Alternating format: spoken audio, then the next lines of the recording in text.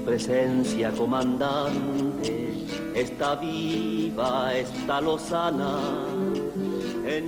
I feel something in life, not just a great interior force, but also the power to transmit it to others.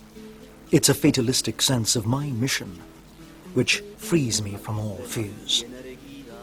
Ernesto Che Guevara. Firme y clara, comandante Che Guevara, del ejemplo de tu vida. Comandante, comandante, comandante Che Guevara, aquí seguimos queriendo la aurora profunda y clara de tu presencia gigante.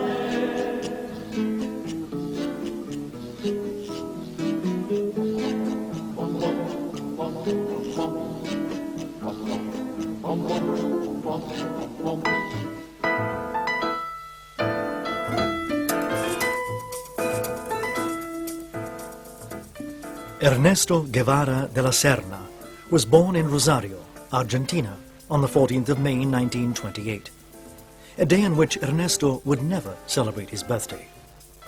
There's a different date on his birth certificate, the 14th of June. With a white lie, his parents had decided to hide a pregnancy out of wedlock. His mother, Celia de la Serna, was the heiress of a family of landowners related to the aristocracy of Spain and the New World. A rebellious girl with aristocratic grace, in Buenos Aires she was one of the first women to wear short hair. She drove a car, signed checks, and crossed her legs in public. His father, Ernesto Guevara Link, was a pleasant and good-looking young man. He was mercurial, like his great-grandfather, who took part in the gold rush in California. He was exuberant and very imaginative. The Guevara family were different. They were chaotic, generous, and intellectually restless. Ernestito, Little Ernest as he was nicknamed, spent the first 2 years of his life in an immense garden, until one day in the spring of 1930, a day which was to have a significant effect on his future personality. On the 2nd of May 1930, after bathing in the frozen water of a swimming pool, he suffered his first asthma attack. It was the beginning of a problem which over the years would force him to forge an iron-like determination.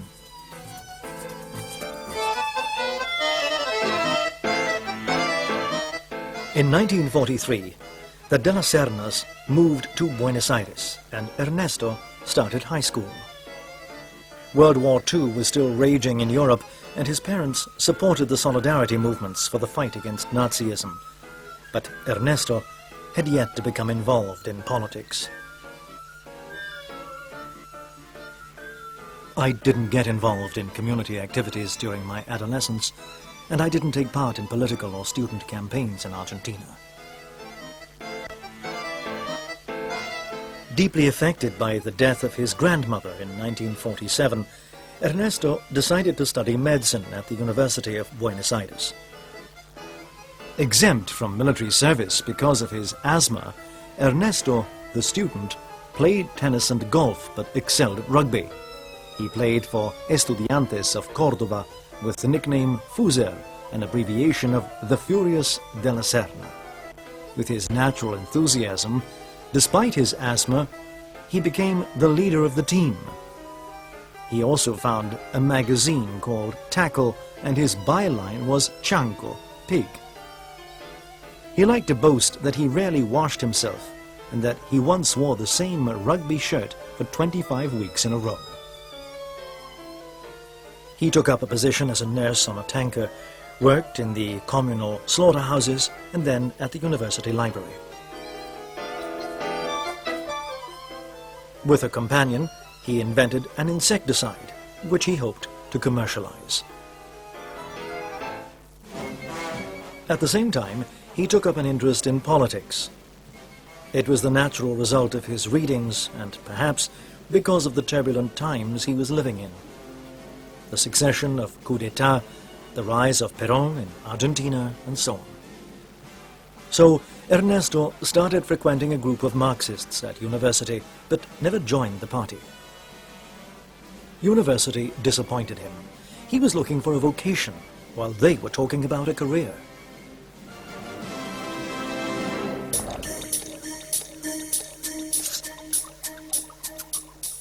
During the university vacation, he decided to visit his friend, Alberto Granado, on the Sierra, to the north of Córdoba. A medicine graduate, Alberto worked in a leper hospital in San Francisco de Chanar. Ernesto fixed an engine to his bicycle to make the 850-kilometer journey. The only things he took with him were a spare tire, a few clothes, and a book.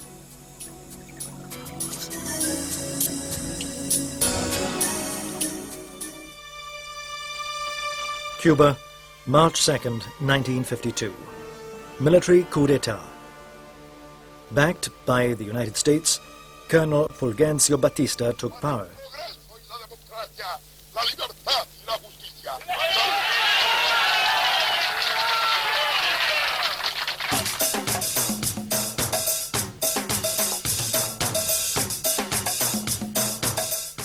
The island was nicknamed the Brothel of America.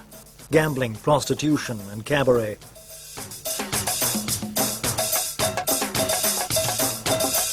Cuba became a playground for rich Americans. Foreigners controlled the entire economy of the island. Strongly Americanized, the capital city, Havana, became relatively prosperous.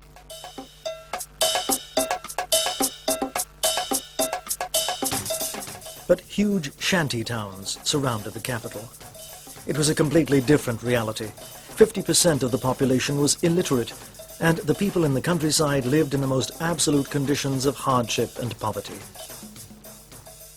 Pillaging, corruption, Batista was an unscrupulous dictator. A man of the United States, he was the guarantor of their interests on the island. At the end of his holidays, Ernesto returned to Buenos Aires. He crossed the bush and often shared the life of the gauchos. Ernesto was 23 years old and had almost finished his studies in medicine. Hungry for discoveries and adventures, Ernesto decided to undertake another initiatory journey across the whole of Latin America with his friend Alberto Granado. On December 29, 1952, they got onto an old Norton motorbike nicknamed La Poderosa, the Mighty. As they were leaving, his father dropped his revolver amongst his son's equipment.